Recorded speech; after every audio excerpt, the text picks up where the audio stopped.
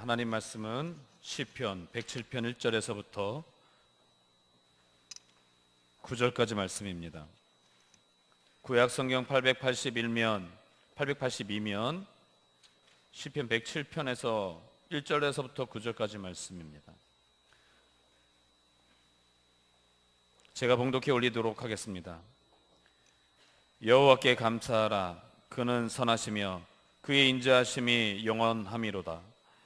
여호와의 속량을 받은 자들은 이같이 말할지어다. 여호와께서 대적의 손에서 그들을 속량하사 동서남북 각 지방에서부터 모으셨도다. 그들이 광야 사막길에서 방황하며 거주할 성읍을 찾지 못하고 줄이고 목이 말라 그들의 영혼이 그들 안에서 피곤하였도다. 이에 그들이 근심 중에 여호와께 부르짖음에 그들의 고통에서 건지시고 또 바른 길로 인도하사 거주할 성읍에 이르게 하셨도다. 여호와의 인자하심과 인생에게 행하신 기적으로 말미암아 그를 찬송할지로다. 그가 사모하는 영혼에게 만족을 주시며 줄인 영혼에게 좋은 것으로 채워 주심이로다. 아멘. 이 시간 신동희 목사님께서 나오셔서 감사해야 할 이유에 대해서 말씀을 선포하실 때 많은 은혜 받으시기 바랍니다. 벌써 11월 첫 주가 되었습니다. 어느덧 2018년도 10개월이 지나고 이제 2달밖에 남지 않았습니다. 저희 교회가 조금 일찍 추수감사주일을 보내고 있습니다. 이 추수감사절을 맞으면서 우리의 마음 가운데 어떠한 감사가 있는가, 또 어떠한 감사의 내용들이 있는가 한번 되새겨 보아야 할 그런 때가 아닌가 생각을 해봅니다. 여러분들에게는 어떤 감사의 내용들이 있으십니까? 많은 사람들에게 감사할 것이 무엇이냐고 물어보면 별로 감사할 게 없습니다 라는 대답을 들을 때가 많이 있습니다. 다들 경제가 어렵고 먹고 사는 게 힘들고 너무 괴로워서 이 감사하기보다는 불평, 불만, 부족함들이 더 먼저 떠오르기 때문에 이 감사의 조건들이 떠오르지 않는 것이죠. 멕시코 어떤 마을에 온천과 냉천이 이렇게 가지런히 솟아나오는 그런 신비스러운 마을이 있다고 합니다. 한쪽에는 뜨거운 온천이 이렇게 솟아오르고 또 그 옆에는 얼음 같은 차가운 이 냉천이 솟아오르는 그런 마을입니다. 낮이 되면 동네 아주머니들이 빨래를 하기 위해서 빨랫감들을 가지고 나와서 뜨거운 물에다가는 뜨거운 온천수에다가 열심히 빨래를 해서 이 냉천에다가 그 빨래를 헹구어서 깨끗한 옷을 가지고 그렇게 돌아가는 모습들이 그 마을에 있었습니다. 근데 어느 날 외국인 관광객이 와서 그 모습을 지켜보고 이 가이드에게 이렇게 질문을 했다고 합니다. 이곳 사람들은 참 좋겠습니다. 아니 왜요? 찬물과 뜨거운 물을 마음대로 거저 쓸 수 있으니까요. 이곳 사람들에게는 냉천과 온천을 주신 하나님께 감사하는 마음들이 참 많을 것 같습니다. 그렇게 질문했더니 이 가이드가 이렇게 얘기했답니다. 천만에요. 이곳 사람들은 감사하기보다는 불평하는 사람들이 더 많습니다. 그렇게 대답을 했습니다. 아니 그게 무슨 말입니까? 그렇게 질문했더니 대답이 가관입니다. 비누가 나오지 않기 때문입니다. 그렇게 얘기했답니다.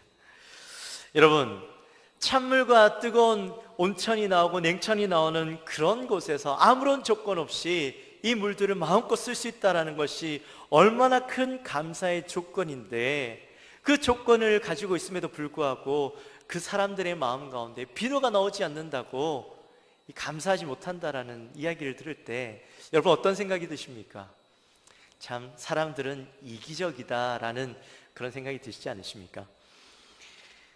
감사가 없으면 불평, 불만으로 가득한 인생이 될 수밖에 없습니다. 우리 기독교는요, 감사의 종교입니다. 감사가 없는 사람은 신앙이 없는 사람이다라는 말이 있을 정도로 우리 기독교에는 감사가 뗄래야 뗄 수 없는 그런 관계에 있죠. 성경을 읽다 보면 성경 전체에서 이 감사에 대한 내용들이 얼마나 많이 나오는지 모릅니다. 오늘 본문 말씀에서도 있었지만 여호와께 감사하라, 하나님께 감사하라, 하나님의 은혜에 감사하라, 범사에 감사하라, 이런 수많은 감사의 내용들이 이 성경 곳곳에 나와 있음을 우리가 보게 됩니다. 그런데 그 성경에 그렇게 많은 감사를 이야기하고 있는데 도대체 왜 성경에서 이렇게 많은 감사를 이야기하고 있을까요? 그 이유는 그리스도인이라면 언제나 어디서나 감사해야 한다는 것을 말씀을 통해서 우리가 깨닫기 원하셨기 때문입니다. 그만큼 감사는 우리 믿는 자들에게는, 그리스도인들에게는 필수 조건이 되는 것입니다. 사실 추수감사주일을 보내면서 아마 저와 여러분의 마음 가운데는 그런 생각이 있을지 모르겠습니다. 나는 그동안 거둬들일 게 없는데, 나는 농사 지은 게 없는데 추수감사주일을 왜 보내는 걸까? 혹시 그런 고민들 해보신 적 없으십니까? 저만 했습니까? 네, 저 마음 가운데 그런 생각이 들더라고요. 우리 성도들이 추수감사주일을 맞이하면서 어떤 마음으로 우리가 추수감사주일을 맞이할까라는 고민들을 하면서 거둬들이는 어떤 기쁨, 거두면서 하나님께서 이렇게 풍성한 것을 우리에게 주셨구나라는 어떤 감사의 마음이 생기지 않는 그 마음 가운데 우리가 추수감사주일을 어떻게 보낼 수 있을까 하는 고민들을 하게 되었습니다. 그래서 오늘 그 질문에 대한 해답을 이 말씀 속에서 우리가 오늘 성경을 통하여 함께 나눠보려고 합니다. 사랑하는 성도 여러분, 우리는 왜 감사해야 될까요? 추수감사주일이라서 감사해야 될까요? 아니요. 우리는 우리의 인생 가운데 감사해야 될 이유가 있습니다. 성경은 이렇게 말씀하십니다. 하나님은 선하시고 인자하심이 영원하다. 그것 때문에 우리가 감사해야 된다라고 말씀하고 있습니다. 1절 말씀에 보면 여호와께 감사하라, 그는 선하시며 그 인자하심이 영원함이로다 라고 말씀하고 있죠. 시편 말씀에서 똑같은 말씀들이 여러 번 나옵니다. 하나님의 선하심과 인자하심이 영원한 것과 도대체 우리가 감사해야 되는 것이 무슨 관계가 있을까? 사랑하는 성도 여러분, 이 선하시고 인자하심이 우리의 인생과 어떤 연관이 있는지 알려면 저와 여러분의 영적 상태를 알아야 됩니다.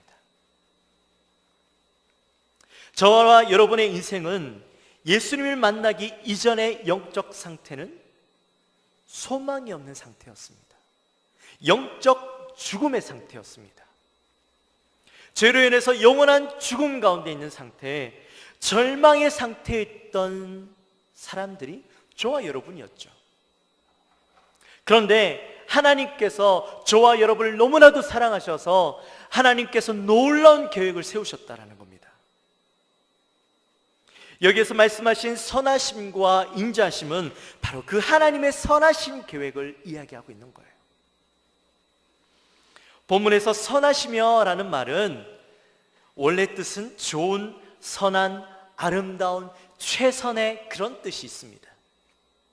즉 하나님께서는 저와 여러분을 너무나도 사랑하셔서 구원하시기 위해서 하나님께서 가장 최고의 것으로, 가장 선한 것으로, 아름다운 것으로 우리를 구원하시기 위해서 계획해 놓으셨다라는 겁니다.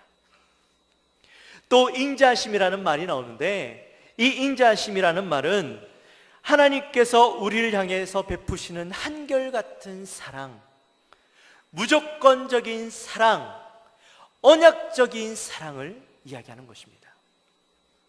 그러니까 이 두 말을 간추려 보면 저와 여러분을 구원하시기 위해서 하나님은 가장 최고의 것으로, 최선의 것으로, 아름다운 것으로, 선한 것으로 하나님의 가장 최고의 사랑을 우리에게 보여주시기 위해서 놀라운 계획을 계획해 놓으셨다라는 거예요.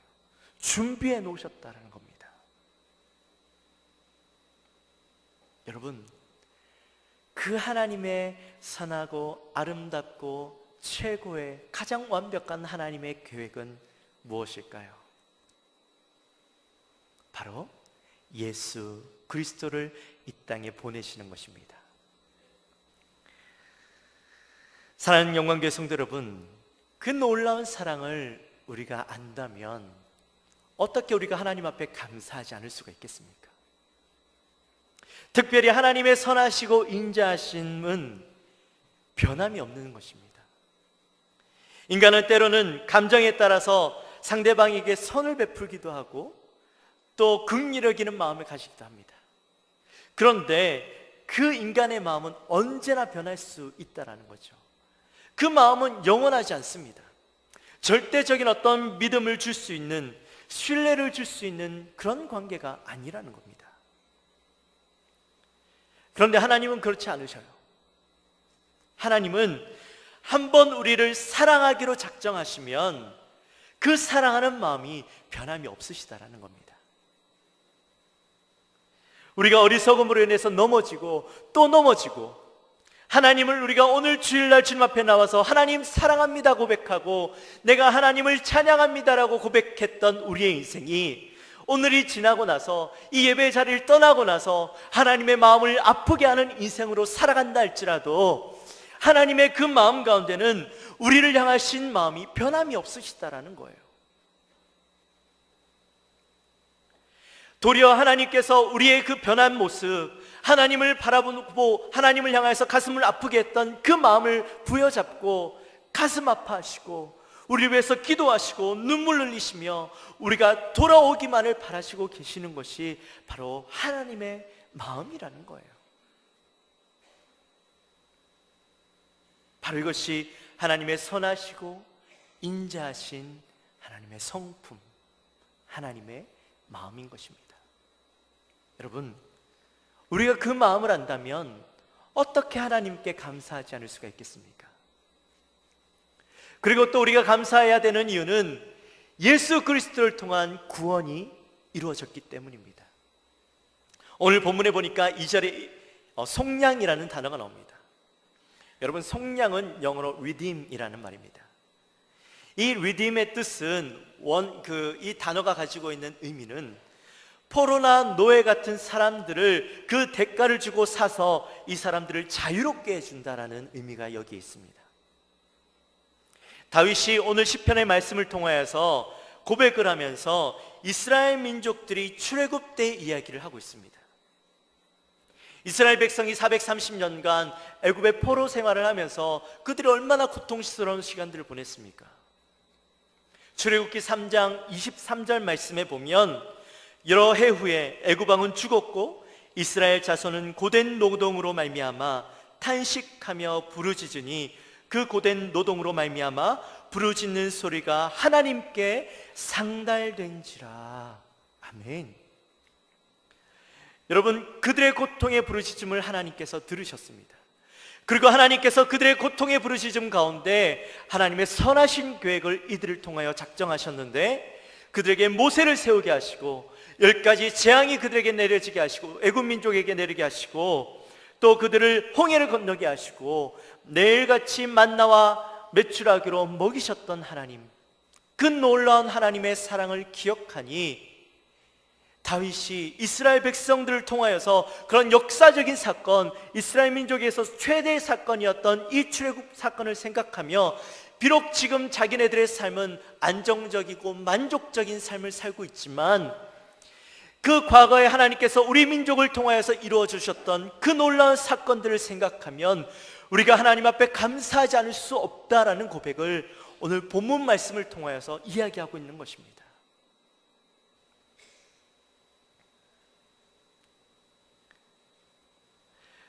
오늘날 우리에게 이보다 더 놀라운 사건들이 있죠. 이스라엘 민족에게 있었던 그보다 더 놀라운 사건이 있습니다.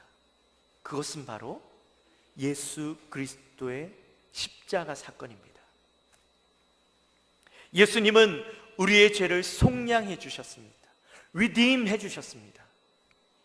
우리가 영원히 죽을 수밖에 없던 존재였고 우리가 죽을 수밖에 없던 그 상황 가운데 있던 자였지만 예수님께서 이 땅에 오셔서 우리의 죄를 속량해 주시고 우리에게 자유를 허락해 주셨습니다. 자신이 죽으시며 6월절의 어린 양처럼 그 그 보혈의 피와 물을 다 쏟으시고 우리를 구원해 주신 예수님의 놀라운 사랑을 우리가 기억한다면 어떻게 예수님의 그 사랑 앞에 감사하지 않을 수가 있겠습니까? 또한 우리의 그 감사는요, 멈춰져서는 안 되는 겁니다. 예수님에 대한 사랑과 은혜가 충만할 때 내 마음 가운데 예수님을 향하여 감사하는 마음이 있었지만 내 마음 가운데 예수님을 향한 그 뜨거운 열정과 사랑을 잃어버렸을 때 내 마음에 감사가 없어져 버린다면 그것은요, 우리가 그리스도인으로서 올바른 삶을 살아가지 못하는 겁니다. 우리는 날마다 주님 앞에서 동일한 마음으로 감사하는 마음을 가지고 살아가야 되는 겁니다. 매일매일 하나님께서 나에게 주신 은혜, 예수님의 그 사랑을 기억하며 그 말씀을 되새기며 살아가는 인생을 살아야 하는 거예요.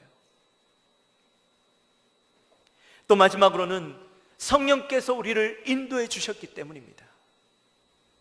4절부터 9절까지의 말씀을 보면 이스라엘 민족들을 광야 가운데 하나님께서 어떻게 이끌어 주셨는가 하는 것을 말씀해 주고 있습니다. 광야길 사막길에서 방황하고 줄일 때에, 목이 말라서 영혼들이 피곤할 때에 근심 중에 하나님께 부르짖었더니 하나님께서 어떻게 해주셨다고요? 고통에서 건져주셨다. 그들을 바른 길로 인도해 주시고 그들을 거주할 성읍에 이르게 해주셨다. 사모하는 영혼에게 만족을 주시고 줄인 영혼에게 좋은 것으로 베풀어 주셨다라고 고백하고 있습니다.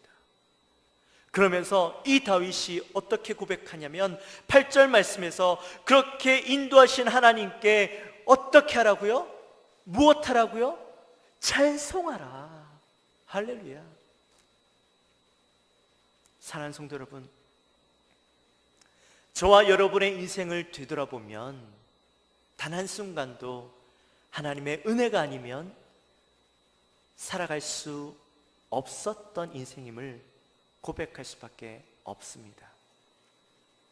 삶의 곳곳마다 하나님께서 우리의 인생 가운데 은혜를 허락해 주셨고 우리가 살아갔던 그 모든 어려운 순간, 힘든 순간마다 성령께서 나를 붙잡아 주셨고 우리가 고난 가운데 있을 때, 우리가 외롭고 지치고 힘들 때에 나를 위로해 주시고 나와 함께 해주셨던 그 하나님의 놀라운 사랑을 우리가 고백하지 않을 수 없는 인생 아니십니까?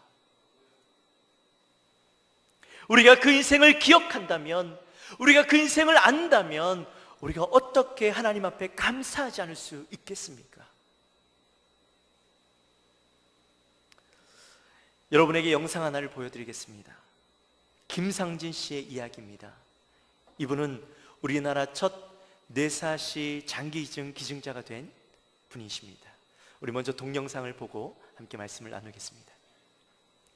우연히 방송을 본 뒤 아들과 함께 장기기증 서류를 작성했던 박기월 씨는 2004년 11월을 잊지 못합니다.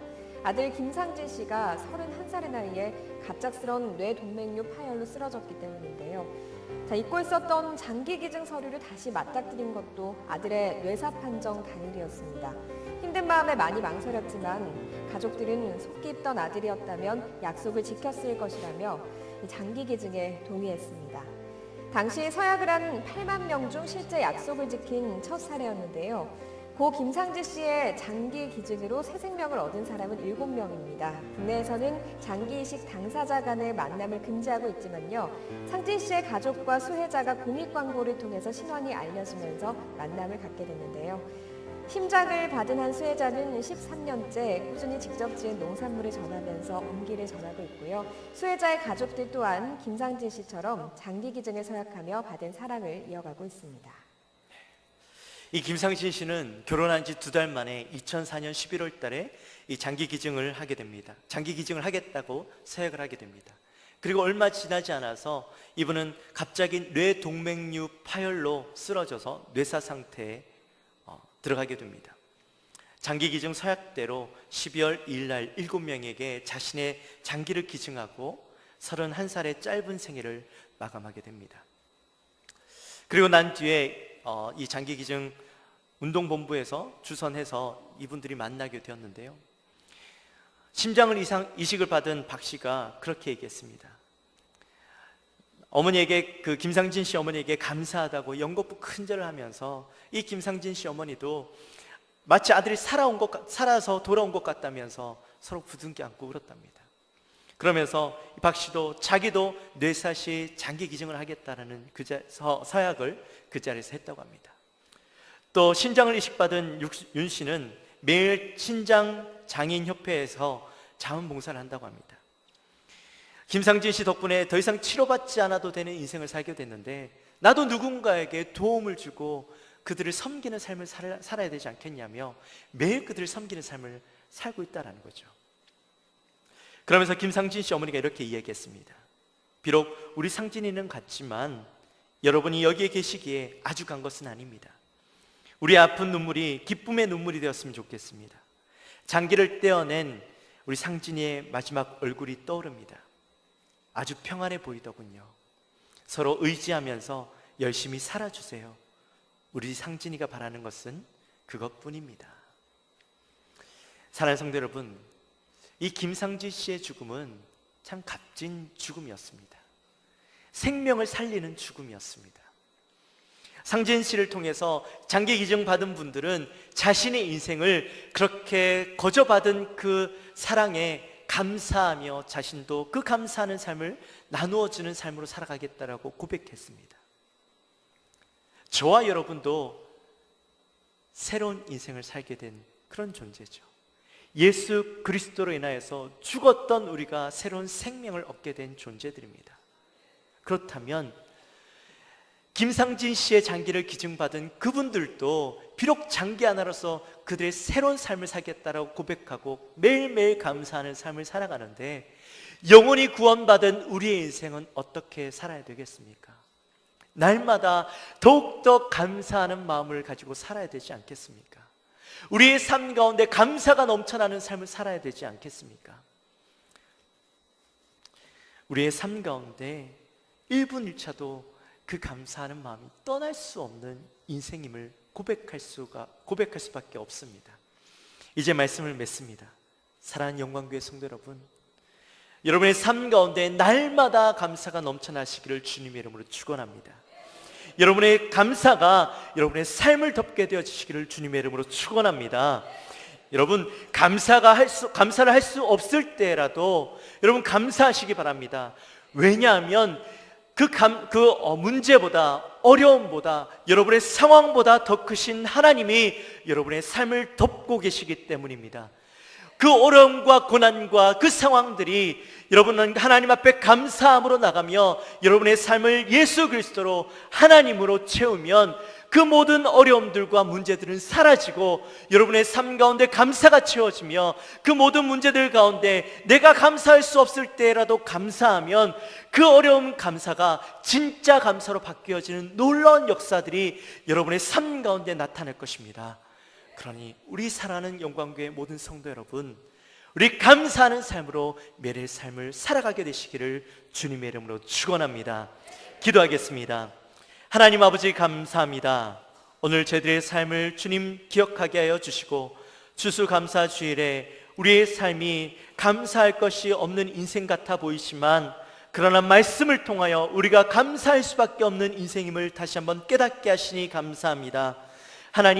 하나님께서 우리를 향하신 놀라운 계획을 통하여 선하시고 하나님의 그 인자하신 계획을 통하여 우리가 구원받을 수 있음에 감사하고 예수 그리스도의 십자가의 그 사건으로 우리가 구원받고 성령 하나님의 인도하심을 통하여 우리가 온전하게 살아갈 수 있음에 감사하며 하나님 우리의 삶 가운데 그럴 수 없을 때라도 감사하며 감사로 우리의 삶을 채울 때에 우리의 삶 가운데 진짜 감사가 넘쳐나는 줄 믿사오니 하나님 우리가 그런 감사 가운데 우리의 매일 삶을 살아가는 우리 사랑하는 영광교회 성도님들 될 수 있도록 인도하여 주옵소서.